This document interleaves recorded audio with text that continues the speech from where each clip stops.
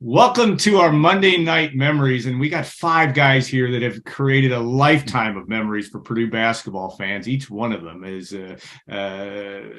well accomplished. We're going to take a look back at the 1983 Purdue-Illinois game. It still is in the Purdue record books as the greatest comeback in the history of Purdue basketball. And you think about some of the circumstances, no shot clock, all those kind of things even makes it more amazing, and it still is. Now, we all were. I have to admit, I was watching yesterday afternoon. I go, "Holy cow! Purdue's going to lose a 24-point lead, and none of us are going to want to talk about anything." They did. Purdue won that game, and the Boilermakers finished the Big Ten season off on a high note. So on this Zoomcast, again, guys that don't need introduction, but I'm going to go around the horn. I'll start with at least on this. My view is Steve Reid. And the top would be the left corner for me. Steve, reintroduce yourself and tell us where you're living and what's going on in your world these days in 30 seconds or less. 30 seconds or less. All right, Alan. Thank you, and thanks for having on. I'm still in Savannah, Georgia. I've been out here almost 20 years. Brenda and I have been blessed with just beautiful family. In fact, this is behind here. You probably can't see all of them, but that's pictures of the 5 kids and 8 grandkids, and the 9th one's on the way. So very blessed from that perspective, and still in trucking business. I'm not independently wealthy like Eifert, so I'm going to have to continue working for a little bit longer. That's a good thing. That's good. Bruce, you're up next, my friend. Yeah, everybody knows who you are. You're a TV star still, but go ahead. I'm a rock star now. So, but obviously, great memories. The 18 years at Purdue with Coach Keady and chasing Russell down because his mom wanted me to make sure he got the class. And, and then had the great opportunity to go to Southern Illinois, on to Kansas State, and then. Supposedly I'm retired. We'll see what happens. But Megan will, in April 11th, it will be 42 years being married. We got 3 girls. Hannah went to Purdue, got a degree in pharmacy. Christy went, and Emily went to Illinois. And we got 4 grandkids, which we finally got boys in the family. And Hannah has twins, a boy and a girl, and we live near them in St. Louis. We got a little condo in the St. Louis area, and then Christy has 2 boys, 5 and 2, in the Kansas City area, and Emily's in Dallas. So, we'd have the chance to be on the Big Ten Network this year, and I've enjoyed it. Obviously, the Big Ten's been crazy, and the people there have been great to me, and we'll see what happens in the future. All right, Jim Rowinski, the greatest bank shot in Purdue history, which we're going to talk about, but tell us a little bit about what you're doing these days. I'm in actually, after college playing here in the States and overseas, and I was in medical sales up in the Northeast for multiple years, and been down here in the Fort Lauderdale area, working with a company. We place medical physicians all over the country. So my wife and I have been down here for about 12 years now, and, just enjoying it and glad to see everybody. It's been such a long time, and I'm glad, Alan, you and I caught up in the last game and put this all together, because it's great going down memory lane. Jim Rowinski, among many things, taught me how to off-track bet in New York. That's the way my history claim to fame. Yep. But Jim and we because we did an interview a couple of weeks ago, which I'll link to this, because I did also one with Matt Gaddis, who unfortunately had a family emergency tonight, could not make it. But I'll link those interviews, because I done recent interviews with both those guys, of which we talked about the game we're going to talk about. Mm-hmm. Russell Cross, you're up next, my friend. Well, thank you for not letting me go last behind all this terrific things that are happening in everybody's life. Man, it's just a pleasure to be here. We're still here, located in Chicago, married to my lovely wife, Marilyn, and we've got 5 kids that are all out of the house, praise God. Yeah. And we've got 7 grandbabies that are running around, and my next to the youngest has now picked up basketball, so granddaddy's going out there with her now. And showing her some different opportunities and what to do. And we just, I'm pastoring. I'm the lead pastor at I Care Ministry Church, located here in Chicago. And so we've got a number of things that we do to helping the community and helping the outreach and helping folks realize their best selves. So thank you, Coach Weber, for chasing me down to go to class. I'm doing stuff that I didn't want to do. I'm teaching now, and I was running from teachers, so it's so ironic to do that. But I'm glad to be on. It's good to see all of you guys. Yep. Yes, the pride of Manly High School. We could do a whole show, and Bruce knows the story far better than I do, just about your recruitment. Would have been worth it, because I saw, as a manager, I saw both sides. I saw the Lee Rose side, and then when Coach Keady was hired. That will be for another day, Russell. But all right, we're gonna hold that story, man. Yeah, and yet let that one sit in the archive. Now. Yeah, you legendary performance and at Purdue, obviously, and one of Purdue's all-time greats. Greg Eifert, you're up next. Alan, thanks again for putting this together. It's been great just chatting with everybody. But living in Fort Wayne, Indiana right now, Julie and I, we've got 4 kids, 3 boys and 1 girl, and 2 are married, with each has 2 grandkids. Morgan's got 2, and Tyler's got 2, and Grady, most of you know, played at Purdue and had a great career there. And then our youngest one, Griff, is at Notre Dame. He's on the football team and going to graduate next December. So about to be totally empty nesters, and it's still working, still enjoying the travel and the optical business, and catching up whenever I can with Purdue guys and having fun. I was going to say the 2 greatest walk-ons in Purdue basketball history. One is Jim Rowinski. The other is Grady Eifert. I think you can it's hard to argue that in terms of guys that produced on the court as well as those guys did. Unbelievably great story. Of course, Grady also at Penn State working with Micah Shrewsbury. In fact, I ran into him at the Palestra. That was nice to see him. All right, we can now start telling lies and whatever things we remember. Memories have funny ways of not, you go back and have to read the truth. Even myself, I think I remember stuff and then I don't remember certain things. But I'll start with Steve Reid, because you guys, that was a game, again, you guys were riding high. And Russell had scored, 58 points in the games leading into it against Michigan State, and Michigan wins over them. Maybe not. I don't know if you beat. Yeah, that's right. You beat. And that was a team, you got the season started off crazy fashion. That's where Kurt Clausen would have been there. Of course, he hit the game winner against the Soviet Union, and we all know what Duncan Reid did, but we can't repeat that either. After that's still my favorite picture of all time. You'll have to text me or email me on that one. I'll tell you that story. But you guys, Steve, what was it about that team? And in fact, even you hit the game winner against Iowa. You had, I think, Palambizio hit a free throw, and you had a big play to beat Illinois that year. You were the cardiac kids, and that was your first year of eligibility after transferring over from Kansas State. But pretty unique group in a way of an opportunity to beat teams at the wire, and really turned and got to Gene and Bruce to the NCAA tournament for the first time. It was a big deal from that standpoint.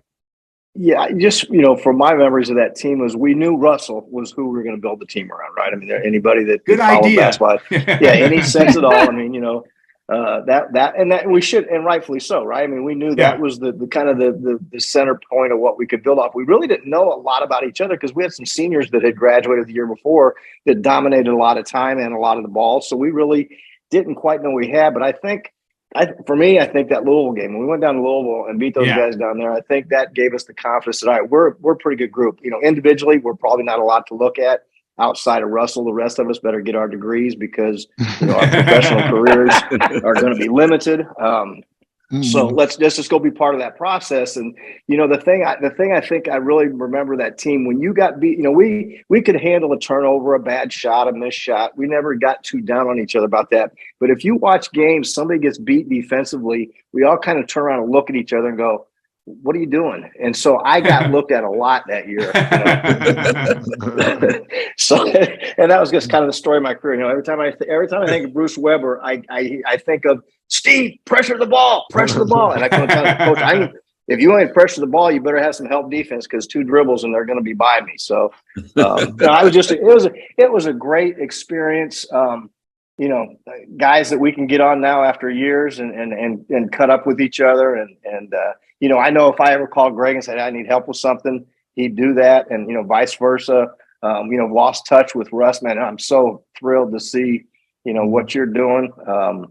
So yeah, it was a unique team, but we knew we were pretty good. When we beat Louisville, we pretty well knew, and that showed. We went down and got our tails thumped by we later on at South Carolina.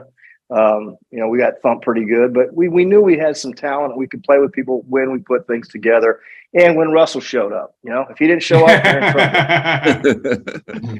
Well, that's a lot of pressure on Russell. Bruce, that year was special because you became a full-time and you got a real salary. I remember the day because I was coaching at camp and you drove in with a new Camaro, a new car. You had just gotten a full-time gig. I remember that. And I think it was you and Megan and 42 years later, you're still doing it. But talk about that team because, and I can speak honestly because I was a senior manager in 81, 82. Chemistry was not the best part of that the 81, 82 team.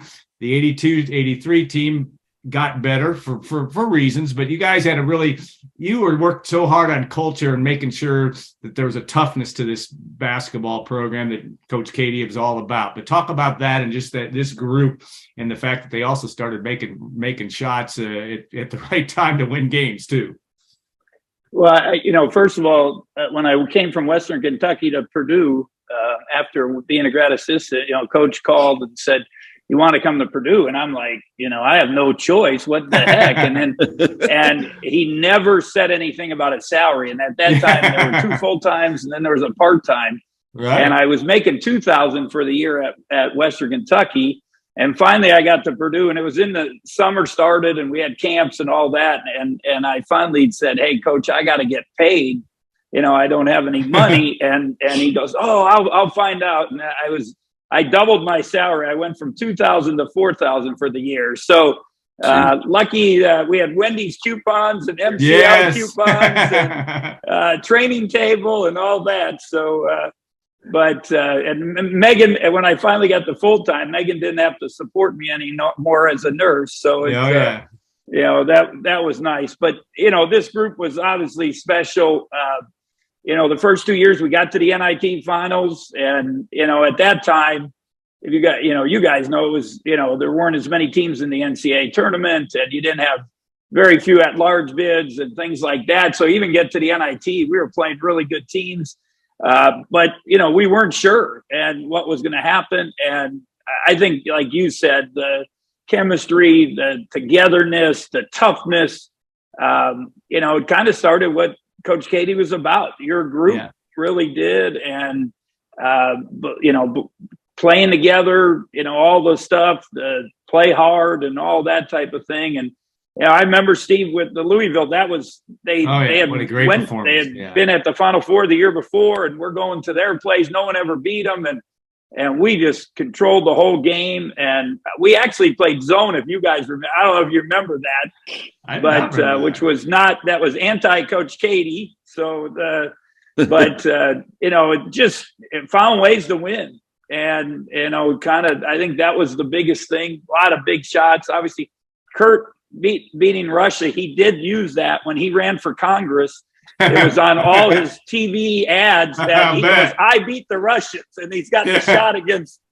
So we're watching. We got a place in Naples, and we wake up Sunday morning, turn on TV, and there's Kurt making a shot against Russia. So it was impressive, but it was you guys really it started.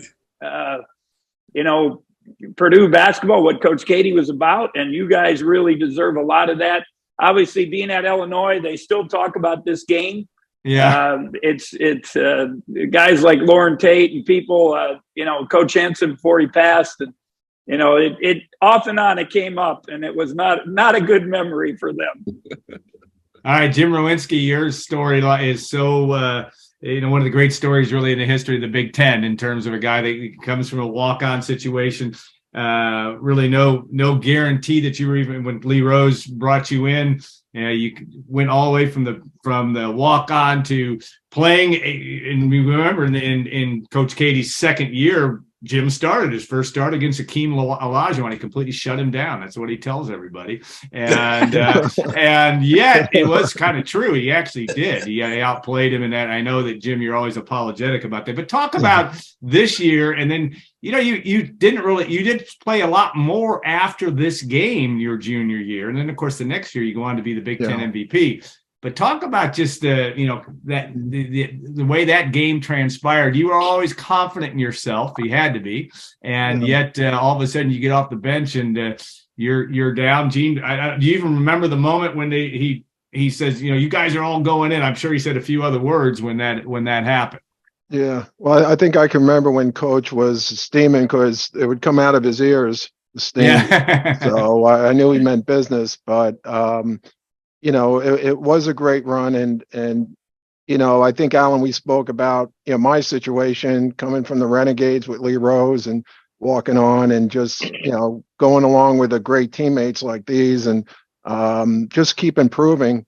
The other thing, too, for me was still growing. And, I came into Purdue around 6'3" and I left almost 6'8". So that didn't hurt. But, just to get the confidence of Coach. And I think this game kind of helped me later down the line with Coach Weber and Coach Keady with that confidence because, it was an amazing game and it took part of everybody. I think one of the goals when we went in, and I remember in the huddle, we said, nobody's going to get to the hoop or nobody's coming down the lane. If they're going to score on us, it's going to be from the outside or over the top. But, and I think we shut the inside down pretty well with our defense. And if you really look at it, I think maybe they scored 4 points in the last 12 minutes or so. So didn't score for the last 9 minutes and 35 seconds, I think. Which is pretty amazing right there. And I think Lou Henson got some grief. I remember there were some articles and some of the broadcasts saying, you went into that hold pattern too early. And, guys like Ricky and Steve are out there swatting the ball around and, getting those steals and giving us a chance. And then, of course, I got to give credit to Herb Robinson and Matt Gaddis for coming in. Oh, yeah, no doubt. Hitting some key shots that really put us back into the game. But it was just, and I just was doing my thing, working hard and scoring when I can. But, leading up to that final shot was pretty cool. And I knew that, and I said to myself, everybody's going to be, Russell was basically, and Russell rightfully so, was in the game. Russell had to come out. People don't realize in the first half because of foul trouble. Right. So that gave me extra time and getting into a game like this. But I just knew everybody was going to sink down on him because originally that's where it was going to go. My guy who was guarding me was leaking down there. So I kind of just snuck up to the top of the key and, was able to have the opportunity to be open like that and take my dribbles as we saw. And, people say I didn't call bank, but I did. And that's that memory thing again. All right, here we go. The only guy that can verify the only guy that can verify that is Derek Harper because he whizzed by me. And I saw him coming too. And I said, I got to get this off fast. So because not only the clock, but Harper was right on my tail. And if you see it, he actually takes a swat and misses it himself. And the last thing I think you can see on that is Steve jumping in my arms. So, so you had value, Steve, in that situation. You actually did something. I was never so happy to come out of a game when I came out of that game. I was never so happy because it went through. When we came out of the game, I'm thinking, man, practice is going to be brutal the next few days. And then these guys start coming back. I'm going, all right, man, we got a chance. And then they keep going. And it's one of those. We're watching it the other night, and Brenda's watching. She goes, "Did they put you back in?" I said, "Heck no. Why would they? That'd be the stupidest thing to do. They're smart. They know what they're doing." Yeah, I was thrilled.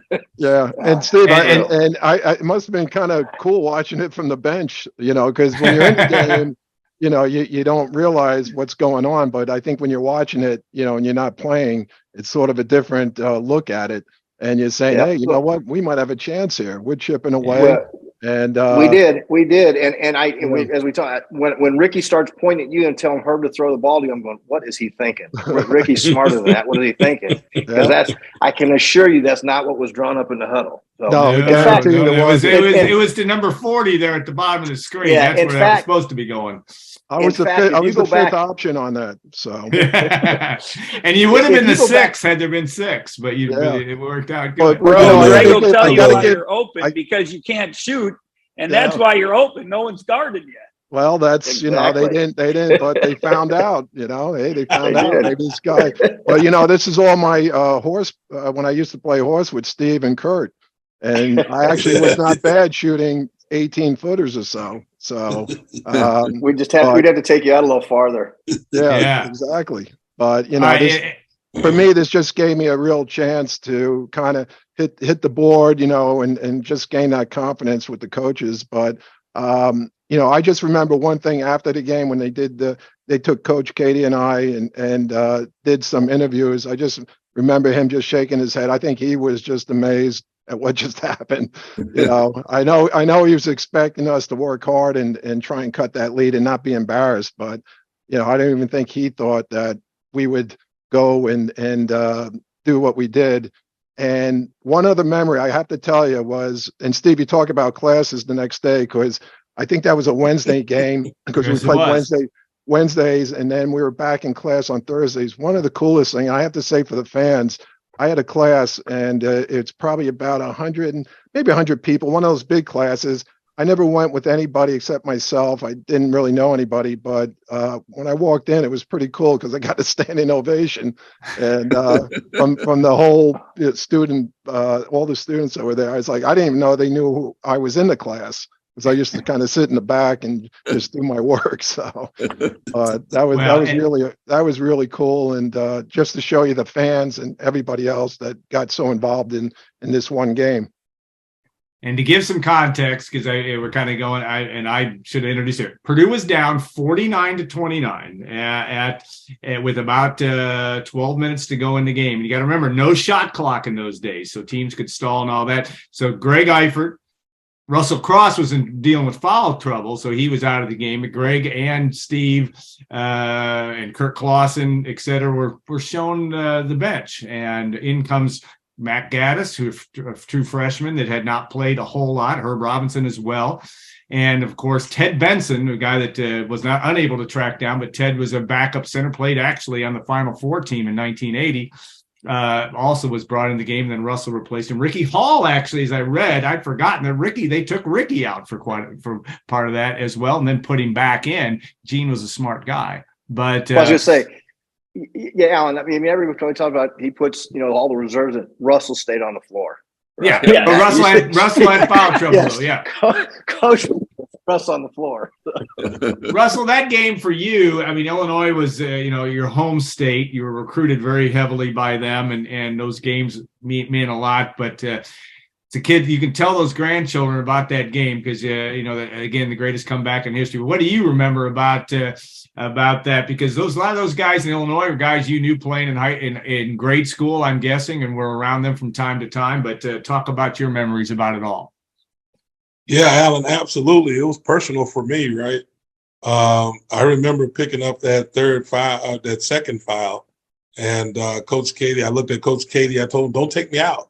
And I was telling him, "Don't take me out," and he gave me that look, and I just went ahead and sat down, right? And then when I picked up number 3, I looked at him, and he looked at me, and I gave him the look that he gave me when he took me out at 2. Don't take me out, man. Yeah. Because this is whether we lose by 20 or win by 2, right? I want to be on the floor against these guys. And in those days, you remember, this was one of those premier games that they were just starting to televise. Yeah, and ESPN. They were on ESPN, and we were able to get it here in Chicago. And so all of my buddies are watching, and we're putting in that first half. We're putting on the worst show that we could possibly put on. And we're probably entertaining a lot of Illinois fans, but our fans are just going. And I didn't want to get ribbed up by the time I get home, so I didn't want to come out of the game at all. And I think at that time, Coach Keady just went with what his gut said was, you know what, these guys that I'm getting ready to put out here, they don't even know to be scared, right? They don't even Yeah. know, right? Yeah. And we've got all our veterans over there. Came in with Greg Eifert, man. We went through from our freshman year all the way through, right? And Bruce as well. When Bruce came in with Bruce and Coach Keady, and we're at this place, and we're saying, you know what? It's going to take unity to get us through this, and it doesn't matter who it is, right? If it's Ted Benson and I'm sitting on the bench, we want to root these guys on. We want to win, and I think we miss the part where you couldn't see off the court where there was good camaraderie amongst the team. Yeah. Every team's going to have their little here's and there's in terms of a disagreement, but I thought overall we had good camaraderie. Bus travel and practices and that, we were very competitive. And we just wanted to go in and win that night. And Coach Keady, I don't know if you guys remember this. You probably do because it's still in me, right? He talked about blood in your shoes and Nike had that list up on the board, and one of our goals were to beat all the I's. Yeah. Indiana, Iowa, and Illinois. And I remember at halftime, y'all probably don't remember this, but I remember really well. He looked at me, he says, Russell, every time we play the I's, you don't play well. You to step up. And I'm like, what do you mean, man? And so we went back out in the second half. We had a different approach to go after it. And, I looked at the game the other day, the clips you guys sent. And I'm saying we got 3 seconds. And Rowe was able to dribble twice. Yeah. Jump up in the air. He caught the ball, turned, dribbled twice, went up in the air and shot it under 3 seconds. Yeah. So thank the clock guy. Slow clock guy. Maybe. And he didn't start the clock in time. I think that Bruce was the the last game on the clock. Yeah, I was gonna say, Bruce, you probably had that clock guy there 20 years later when you're the head coach. He was there, and they still talk about it. Well, whoever he was, thank you. I'll have to go back and check it. We really appreciate it, and it was good because I think, and Bruce, you probably can speak to this a lot. In Eifert, you guys can speak to this. Our first years that we were there, we didn't have that outside shooting that could open up the lane like we did with Steve and Kurt and the freshmen that were coming in with Herb, Matt Gaddis. We had a balanced attack, and we had some people that love to play defense. That get after it a little bit, even if you made mistakes. You got me, and then Jim's back there, right? You got Ted's back there, and Ricky is putting pressure on the ball. Yeah, I mean, that night against Harper, he did absolutely wonderful, right? I call it the steal of the century, right? I mean, this guy, if you remember, Derek Harper was named, I think, the player of the month, if I'm not mistaken. Right, he came into the game with 19 straight field goals made, I think, or something like that. Yes. And he was unstoppable, right? Yeah. And they went into that delay, and they cleared it. They had us in 4 corners, and it was just Ricky and Derek. And by the time he got up, Ricky had the basketball calling timeout. And it was just a joyous occasion for us on that moment. And not to be, not knowing that it was going to be upstaged moments later by one of the greatest last second shots, in my opinion, in Purdue history, with Rowinski catching that thing and having the confidence to drill that baby home. I didn't even go to the huddle. I think I ran to the locker room, and then I realized nobody's there. We were all having a big group hug at half court, Russ. I missed that one. I just took off after it banged and went in. I just took off and ran, man. But it was a great experience. I mean, the entire year, even when we went into the tournament. Yeah, we wanted to get out of town because those Illinois fans, they were probably. I can imagine. I can imagine them. You're right. They're rough. They were rough. They would sit in that. And I don't know if you guys remember. Yeah. On the bus afterwards, right? Clisby had the tape of the game. He had the broadcast, on tape because back then it was, and he was playing the tape over and over on the bus. He probably had to play it 10 times, and every time, he'd call out Rowinski, Banks a shot in. We just all go nuts on the bus. Everybody erupt again, and that was a lot of fun. Yeah. And we got the steak at the Beef House. Yeah, that's always a good thing. Greg Eifert had one of your best games as a college player the year before in a big win over at Illinois, because that team, all I was praying for, as my senior year, I knew we probably weren't going to the NCAA. I wanted to get to New York because I'd never been to New York. You had to win. Purdue beat Illinois. Would have been your sophomore year, and you played very well in a very low scoring game over there. But then you come back there, and again, you were a defensive guy, did all the little things well. But what do you take from that game besides your bird's eye view sitting on the bench in the second half? What did you look at? How did you look at that experience there? Did you know Rowinski was going to hit it all along? Yeah, of course I knew Rowe would hit that. There you go. I actually was happy with the way I played. I got my average. I got 3 points. He outscored me. I was really happy. No, but I think the biggest, we've talked about, the shot and everything, how amazing that was. And really that was a springboard for Rowe going into that next season and building his confidence. But I think the thing that was unique about our team was that everybody pretty much knew their role. Everybody knew what their limits were. Everybody knew what their strengths were, and everybody would play to those and, understand each other's game. And Bruce, you can attest to this, but we weren't the most athletic team out there, but we always played pretty smart for the most part.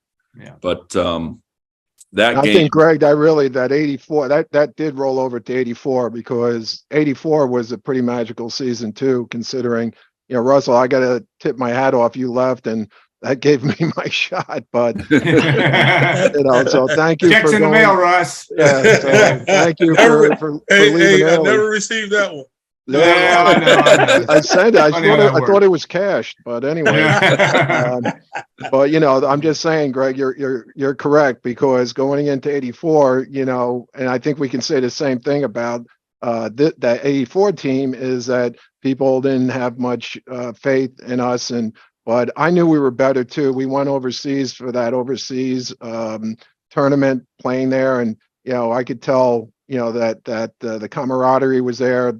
The experience too, and that's really a big key, and let's face it, we didn't blow too many teams out the next year. It was tooth and nail most of those games, but that was experience showing. But I think this one game kind of catapulted everything into that, and we could see what was coming up. Of course, we didn't know Russell was going to leave at that time, but we could see how we would formulate for next year. Yeah, no doubt. You think about I was going to say something real quick. Steve, I thought on the ride home on the bus, it was like dead silence because everybody knew how bad we played in that first half. No, you know, Coach Keady, the thing I said about Coach Keady, we could go beat the Sisters of the Poor by 1 point, and he was thrilled. We could go play UCLA and get beat in triple overtime, and he was ticked. It was all about, did you win or did you lose? And I just know he was thrilled we won that. I mean, that was one of those. He was that amazing. Bus was nuts. That bus was really good. Wasn't quite as good my senior year. You guys didn't get to experience that one, so but that's a whole senior year over there. They beat you by 20. Oh my. I'm telling you, so here's a statistic, just real quick. Oh, your senior year, they beat you 86-43. That's right. Yeah, 40. Yes. Hey, but here's the kicker. The 2 weeks earlier that we beat them 54-34 at Mac. That's right. They turn around and a 63-point turnaround. We get to the beef house, and Coach Keady steps up and says, "Don't get off the bus." They bring cold cheeseburgers on the bus. And one of the freshmen, I think it was Jeff Arnold, asked for ketchup. And Coach Keady went ballistic. Oh my golly. Yeah. So anyhow, short of this game, Illinois was not one of my favorite places to go, but this was a good one. It was a tough place. That was and you think about that year, because we talked about the game, Steve, you had another game winner against Robert Morris in the first round of the NCAA tournament. You had the winner against Iowa. Again, making those last second shots is thing, but the inside game for number 40, Russell Cross, and of course Jim Rowinski the next year. But talk about that. You had this, and we talk about the league being the way it was. there were a lot of great players in that league at that time too, and guys that went on to do well not only overseas but in the NBA. But Russ, you had your hands full every night. You were somewhat undersized at 6'9", 6'10" among some of the big guys in the league, the Randy Brewers of the time and others around the league. Yeah, you're absolutely right. And don't forget Kevin Willis and Mud and Stokes and Plain and all those guys. Hey, Russ. Yeah. All truthfulness. Did you really ever hit 6'8"? You more like 6'7", weren't you? Well, you can put in the program at 6'9", though. But yeah, I know you want the program height, or you want what I thought I was? what did you measure in the NBA? In the NBA combine, 6'11".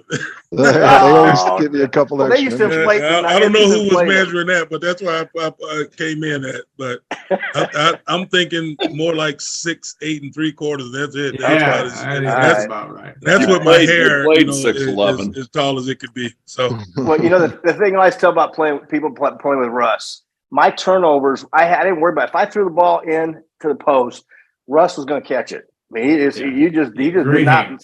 That ball was not going to leave his hands if you got it on the right side. Because I threw some terrible passes and he made me look bad, look me good from time to time. Well, Steve, that's because I didn't want to come out the game, man. Coach had a real quick, pull on you if you couldn't produce, right, and get somebody else in there to do it. So he didn't like turnovers. No. I think his predecessor doesn't like him either, but or successor, I should say, even Matt Payne the same way. Bruce, I got to ask you a question, because one of the nuances of that game and one of the biggest plays of that game is Herb Robinson hits a three at the right time to tie the game. And you guys remember, there was no shot clock. The shot clock started, I did look that up, 85-86 season, but it was experimental three-pointer in the Big Ten, and only Big Ten games, if I'm right. Correct. There may have been there were some games which you didn't play. But talk about that and how you guys coached that. As I recall, I mean, Herb was liked to shoot it and was a good shooter, even though I don't think he knew any better at that point because he was so young. But talk about how the strategy of, not necessarily in that game, but just how did you guys focus much on it just because it was involved? Did you have to change a lot of things that year from a coaching perspective to try to incorporate the three, or did you really use it as something that you didn't use all that often? How did you guys do it? Obviously having Steve and Kurt, it was a positive thing for us. And, but Coach didn't, he wanted the ball in the paint. That's what he believed in. And, it had to go inside and then back out once in a while. He would, he was happy with that. The one thing, and I always give Coach credit for, as mean as he seems to be, even though he's a big teddy bear, as we all know, and as, inflexible as he seems to be, he really, he always told me, you want to stay in this business, you got to be flexible and you got to change. And that's one thing I know on his facial expressions maybe didn't change and his toughness in that, but he changed and he adapted to the game. And, even going on, whether it was, Troy, Todd, and Everett or Glenn or whoever it was, we'd press. He sent me to Patino. Coach Patino with the Celtics, and I spent a week there, and I learned their press, and we came back with Glenn and press. So so he was good about adjusting, and and we used it was a good weapon for us. There's no doubt about it, because we are fortunate to have good shooters. Yeah, no doubt. Alan. Yeah, if you go watch that game, I think we only took 4 3-point field goals and I think my numbers are going to be close. We shot somewhere around 153, so less than 10 a game. Yeah. Now that you get 10 threes up before the first TV timeout in today's game. But the reason was, and then my senior year, we played the Big Ten with a shot clock and no 3-point line. And they two have to go hand in hand. One without the other really ruined the game, in my opinion. I mean, you have to have both of those together. Because if you watch that Illinois game, we've got the ball, we're passing the ball around at 17 feet. I mean, we're inside the 3-point circle, passing the ball around, trying to get the ball inside, just because it wasn't. I don't know if Illinois shot a 3-point attempt that entire game. So it just wasn't modern they basketball definitely had the was shooters. totally different. You didn't worry about spacing. I try to tell these young guys it was so different then, and that now everybody spaces. Obviously, analytics talk about the threes, which I'm not a big believer in totally, but Penn State is kind of defying that a little bit, Greg, I guess. But some nights, some nights not so much. And it's the game has definitely changed. Who was the one that said that Illinois didn't shoot a 3-point? Is that were you, Russell? Because that was Steve. Steve, they did not shoot a 3. I'm just looking it up right now. Purdue 3 for 7. Wow. Kurt was 1 for 2.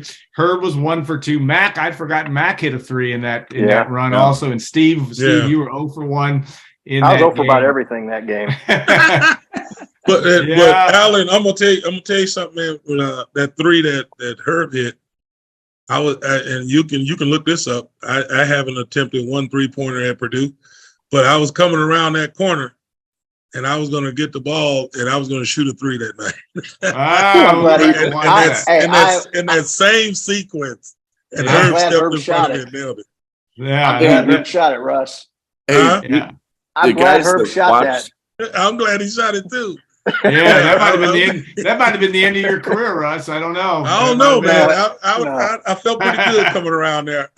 Jim, Jim, even in your senior year, you never got a 3-point. No, that's right, because the next year there wasn't a 3-pointer. That's right. So you probably never got to even launch one. Because even when Trey Kaufman-Renn hit one yesterday, and I know Trey Kaufman-Renn can shoot a little bit, but he surprised everybody a little bit with that 3. I think that was his 3rd or 4th this season. Okay, we can't get off this without talking a little bit about this year's Purdue basketball team. You guys are all alums of one form or another. Bruce does this for his day job now, but analyzing his team. But Steve, all the years that you've watched basketball, all the years you worked with Larry, I'm sure you've watched this team. Braden Smith reminds me a little bit of a Steve Reid. He may be a little bit quicker than Steve, but he didn't shoot. He's a lot quicker. But tell me quicker. Give me your thumbnail analysis, not only where this team is and what you see moving ahead. Well, I think if you go back and look at not to equate our team to theirs, because they're obviously top 5 in the country, top 4 in the country. I mean, look, when you got somebody that's 7'4" and can do the things that Zach did, it's like the old wishbone offense, right? In football, you couldn't really practice against that and prepare yourself for it. Now, what has happened is teams have figured out, I think, some ways to go about, making it a little bit more difficult on them to score. So they have to have guys like Gillis. They've got to have guys Lawyer. Those guys have to be able to step up. If they, Zach's going to be there every night, right? He's steady as can be. He's going to give you the minutes. You get into the tournament, it comes down to your guard playing. Can you make some threes? As much as you don't like it, because if you don't make your threes, some other team can shoot you out of a game in one game. But I like this team. I like this toughness. I want to start a campaign for Zach-Edey to return for his next senior year and just set the record book to some things. I mean, he's a phenomenal talent. Russ can appreciate this. I can't because I'm so too small, but the amount of beating that he gets, and the guy never gets upset. I mean, it's amazing. He's fun to watch. A great story. It's a great story for the team. They've got a nuclear. I mean, if he comes back next year, my goodness, could they got everybody back? I mean, how can they not do anything but get better? Those 2 guards are going to be phenomenal by the time they're junior senior. I mean, what they're doing as freshmen but they are freshmen, and they've shown some times that they are freshmen. But it'll be interesting. I think they got. Steve, they could start 7-4, 7-2 if they wanted to next year. Yeah, with Willie Burgess, right, coming in. So, as you guys can relate, go ahead. Watch. Yeah, they're fun to watch. Down here in the South, it's SEC football, so it's hard to get anybody's attention about basketball. But fortunately, there's a Big Ten network, and I think I've caught just about every game this year so far. So they're fun to watch. Great. Yeah. A lot of talent. Again, kind of like this. I don't know how many of those kids are going to go pro, right? When you really look at them. But they're good. They play hard. They buy into the system, and they feed off each other. So they're fun to watch. The answer may be 0 on those guys. The guys that'll play in the NBA. I mean, Bruce, you guys are all much more qualified to say that. But who knows whether any of those guys, at least on that current roster, will get a chance to play in the league. But Bruce, you're going to have a fun week just because it is going to be a crazy Big Ten tournament. I mean, somebody was talking about it, but I wouldn't be surprised at all to see Ohio State in the quarterfinals. I mean, or in the semifinals, just the way it's going. Of course, Ohio State playing on Wednesday night. From a broad stroke perspective, I mean, anybody can win this thing, and Purdue's going to have its hands full when they have against Michigan. Both either Michigan or Rutgers may be pretty desperate by the time Purdue faces them on Friday. Yeah, it's been crazy. I going into it with and Steve, if you want to keep Zach, you can start. Yeah, get your checkbook out. NIL, that's all it is. Get your money out. They can keep him because he can make more money than if he would. Can we have the second round? Can we get a retro? But, can we get a retro NIL thing going? I know it doesn't seem right. So, you guys didn't even get. It's people don't understand how it's. I didn't even get. Hey, we didn't get our practice. We had to run sprints one time because there was 2 socks missing from the travel uniform. We came back on a road trip, and there were 2 socks missing. We had to go out and run sprints till somebody owned up who had them. That's what we got. All I remember is that we used to manage. We get sack lunches, and I was the one wasn't expending the calories. We got these 2. My wife still talks about the big Snickers bars we got like on the way after games. So that was. I know you guys didn't get much from that standpoint. No, we got fit. We did get fit. We got fed well. I will tell you. Yes, that is the truth. That is the truth. Training table and meals on the road and all that. Yeah, we got fed well. Get Wendy's. Yeah, and Wendy's. Yes, Bruno's. Yeah, Bruno, there you go. Jim Rowinski, you guys had a chance to see him in person. You have to you can relate, and of course Russell will as well the inside play. But what do you see with this team going forward? Obviously, I think Steve's right. They got to make shots. Everybody has to make shots in college basketball now. But what do you see for the Boilermakers down the road?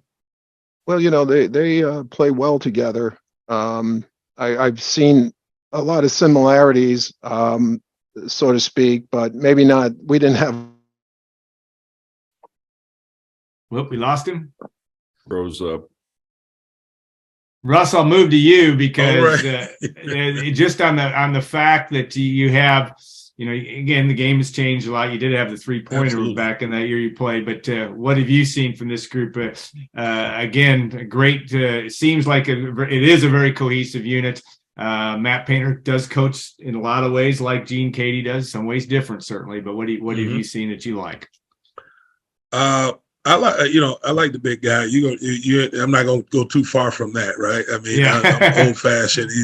You dump it down in there, he can get it done, and you need the artillery outside to make that happen as well, because they're going to start, collapsing a little bit. But I think I'm looking more at the coaching aspect of it. When you have a talented group like that, you have to find that balance where you're getting the minutes that is needed. You're getting the right people out on the floor. Your reserves are able to contribute wholly when they get out on the floor. And I see a lot of that. Matt has done just an absolutely wonderful job in keeping that balance and showing the toughness. The representation of the team is when you see them out on the floor. The representation of the coach as you see the team out on the floor, and you can see the toughness that they have, and they know how to work through adversity, which is key. And I thought that was one of the things we did when we talk about this Illinois game. We worked through adversity, and that was a reflection of our coaching staff and Coach Keady and all the things that he put inside of us to go out and compete to win. And that's what you see these guys. They don't just go out when they get down, it look like they play even harder, right? They really respond well to adversity. The deal is, I think they just have to do it a little quicker, right? They need to come out on fire from the very beginning. I think that's going to be real key when we talk about going into the tournament.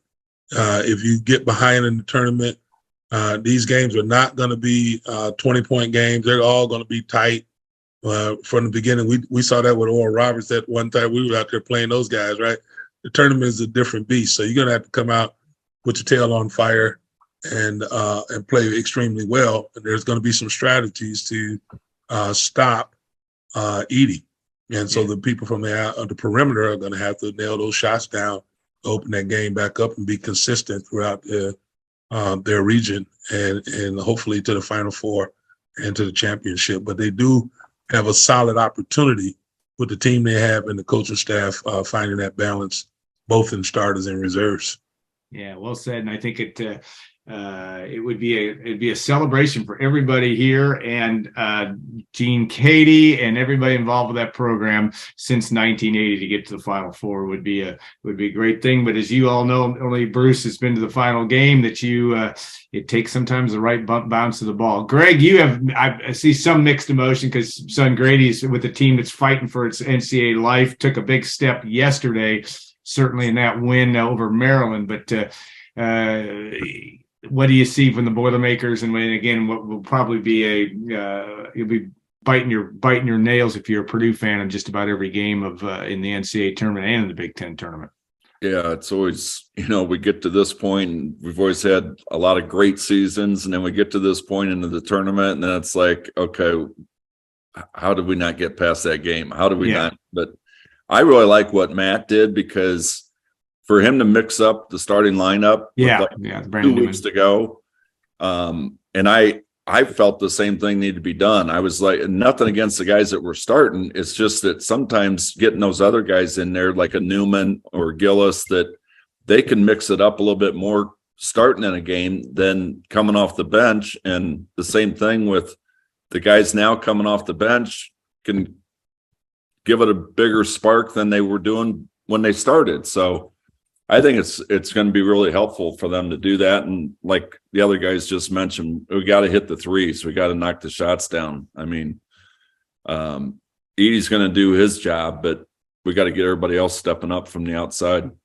Yeah, no doubt. I've done it, Al. Sorry to interrupt. I've done it a long time, and these guys have talked about it. And I said it earlier. You win in the tournament. You got to have toughness, and it's, if you don't have toughness, you have no chance. You gotta be together.